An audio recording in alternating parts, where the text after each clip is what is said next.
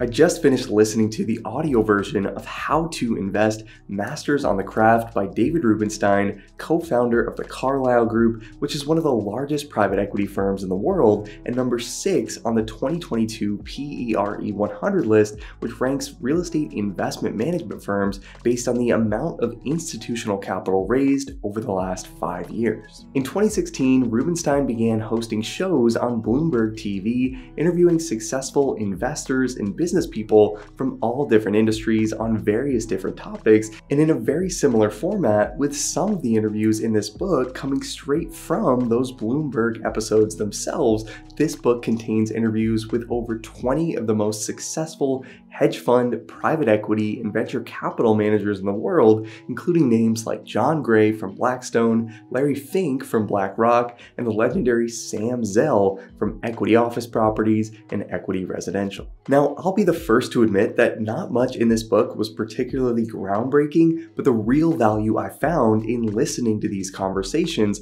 were the patterns that came up among the beliefs and actions of these investors, many of which are very applicable to the real estate industry specifically, and even building a career. So to share what I learned in this book and how you might be able to apply these things to a career in commercial real estate, in this video, let's break down my 3 biggest takeaways from How to Invest by David Rubenstein and what stood out most among the thoughts of some of the biggest successes within the investment world. So the first thing that came up over and over again in these conversations was the advice from these industry giants to be a high conviction investor and to go all in when you see an opportunity. Jon Gray, who's the president and chief operating officer of Blackstone, which was number 1 on the 2022 PERE 100 list, talked a lot about the downfall of investors that tend to dabble in different asset classes or different strategies altogether, and the best outcomes tend to materialize when you see an upcoming opportunity and you lean into that opportunity completely. Blackstone has followed this advice almost to a T, investing heavily into logistics assets, multifamily properties in the Southwest and Southeast United States, and even single-family rental home portfolios, each of which have been some of the best performing asset classes over the last 10 years. Sam Zell also had a similar viewpoint to Gray, talking a lot about his ability to listen to his own song and his capability to ignore the noise around him, even when people told him that he didn't understand something or that he was wrong altogether. Many other investors in this book echoed the same viewpoint here, with one big trade, one big deal, or one significant investment resulting in massive returns that completely changed their career, following their own conviction that they were on the right path, even when conventional wisdom might have told them otherwise. This is why the vast majority of successful real estate investment and development firms focus on one specific asset class and only a handful of select markets, first deciding where they have conviction and then becoming experts in the product type and the markets they've chosen to pursue. The key theme overall in these interviews was to bet heavily when you see an opportunity, and many of these investors built their entire careers on taking these types of actions. Now, the second thing that I heard over and over again from the investors in this book was the emphasis on taking asymmetrical investment risks, focusing on finding opportunities that have a significant amount of potential upside and a very limited and clear potential downside. Many of the hedge fund managers that were interviewed about trades that made them hundreds of millions or even billions of dollars talked a lot about this concept, and these people were surprisingly nonchalant about making huge bets with investor capital that most people and even investment professionals wouldn't be able to stomach. Almost without fail, these investors knew there was downside risk in the investments they were making, but they were also able to quantify and limit those downside risks, and after quantifying the potential upside of a deal and the likelihood of that upside occurring, moving forward with the investment and moving against conventional wisdom in many cases was the most logical step they could take at that point. And in a real estate context, this is why finding deals where you can limit your downside is so important, and why quantifying a worst case scenario through something like a sensitivity analysis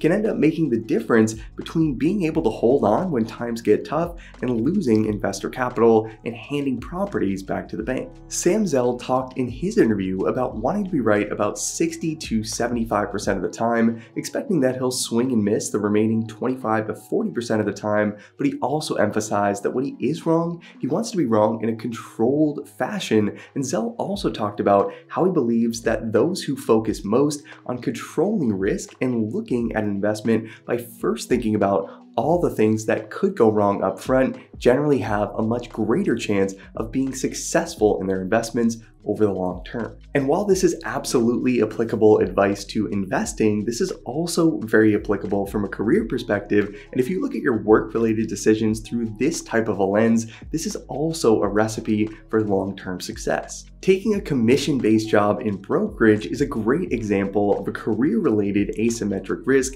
with limited downside of $0 in income for an undetermined period of time, but also unlimited upside when you start to gain traction and build a book of business of your own. Starting your own company is also an asymmetric risk with relatively little capital investment necessary to get started doing your own deals, but unlimited upside that is significantly greater than what you could potentially lose by going this route. The key takeaway here from these investors is to take bets where your downside is capped and can be quantified, and your upside is significantly higher or even unlimited, and the expected value of your investments over a long enough time horizon is positive overall. Now, the last thing that I took away from this book was around hiring decisions that these people made when building their companies, and these are things that you might want to focus on if you're looking to join the next Blackstone or EOP. And this is that many of these people cited hunger and motivation as some of their most valued traits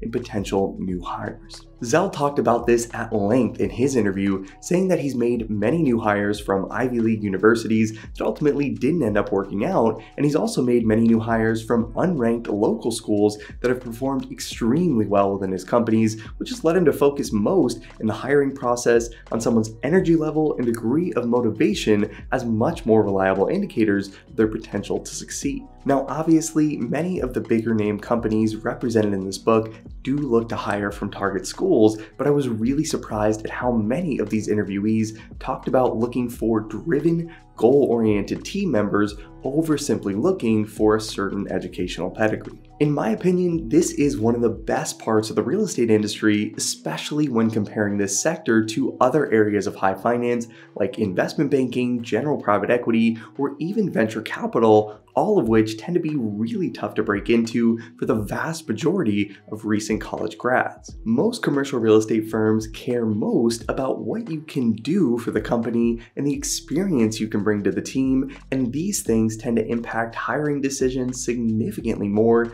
than where you went to school or how many degrees you have. Overall, I got a lot out of this book, and I would definitely recommend picking up a copy, ideally the audiobook, since this is a pretty long read, but there are very few places where you'll get to hear from multiple investment professionals who have experienced this level of success all in one place, and this book is one of them. And if you want to learn more about the real estate investment analysis and financial modeling techniques used at companies like these, and you want to make sure you're prepared for the interview process if you're looking for jobs at top commercial real estate firms, as always, make sure to check out our all-in-one membership training platform, Break Into CRE Academy. A membership to the Academy will give you instant access to over 120 hours of video training on real estate financial modeling and analysis. You'll get access to hundreds of practice Excel interview exam questions, sample acquisition case studies, and you'll also get access to the Break Into CRE Analyst Certification exam, which covers topics like real estate pro forma and development modeling, commercial real estate lease modeling, equity waterfall modeling, and many other real estate financial analysis concepts that will help you prove to employers that you have what it takes to tackle the responsibilities of an analyst or associate at a top real estate firm. And if you like this video and want to see more book reviews on the channel, or you just want to see more videos breaking down the the insights from some of the other titans in this industry, make sure to hit the like button and let me know. And let me know in the comments any other similar books I should read or review for a future video on the channel. As always, thanks so much for watching, guys. I hope you found this helpful. Subscribe to the channel if you haven't already to see more videos like this every single week, and I'll see you in the next video.